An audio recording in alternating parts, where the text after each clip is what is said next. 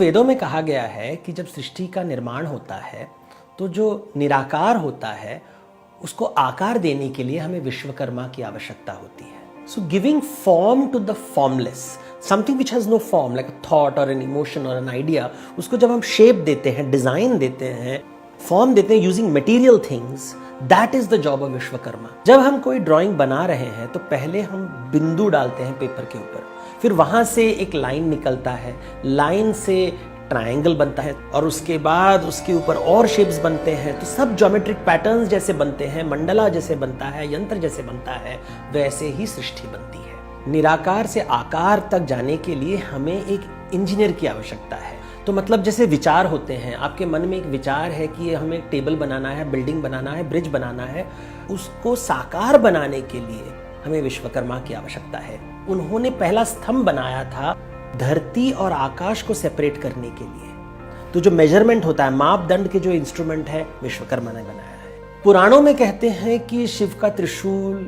इंद्र का वज्र, बलराम जी का हल विश्वकर्मा ने बनाया था। सुदर्शन चक्र जो विष्णु का है वो भी विश्वकर्मा ने बनाया था। गणेश जी के हाथ में जो अंकुश है वो भी विश्वकर्मा ने बनाया था। रथ उन्होंने बनाया था, विमान उन्होंने बनाया था। रामायण में राम सेतु बनाने के लिए 2 इंजीनियर्स थे, नल और नील, जो विश्वकर्मा के पुत्र थे। महाभारत में इंद्रप्रस्थ बनाने के लिए माया नामक एक इंजीनियर था जो विश्वकर्मा का पुत्र था। द्वारकापुरी को बनाने के लिए एक तीसरा विश्वकर्मा की आवश्यकता हुई, उसने बनाया, एक इंजीनियर था। तो जो जितने भी हमारे शास्त्र हैं वहां पे एक अहम भूमिका विश्वकर्मा निभाते हैं। उनके साथ कभी हंस जोड़ा जाता है। पुराणों में, शास्त्रों में कहते हैं कि हंस में एक गुण है कि वो दूध और पानी को सेपरेट कर सकता है।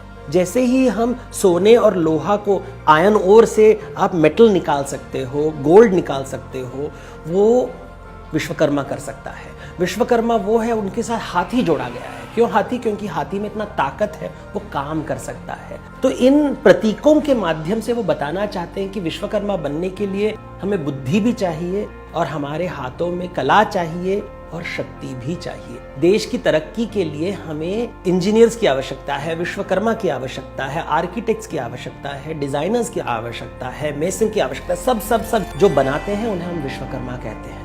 हर आदमी के भीतर, हर स्त्री के भीतर एक विश्वकर्मा बैठा हुआ है। जब तक विश्वकर्मा नहीं आएंगे तब तक नगर नहीं बनेगा, घर नहीं बनेगा, रोड नहीं बनेगा, ब्रिज नहीं बनेगा, प्लेन्स नहीं बनेंगे, गाड़ी नहीं बनेगा।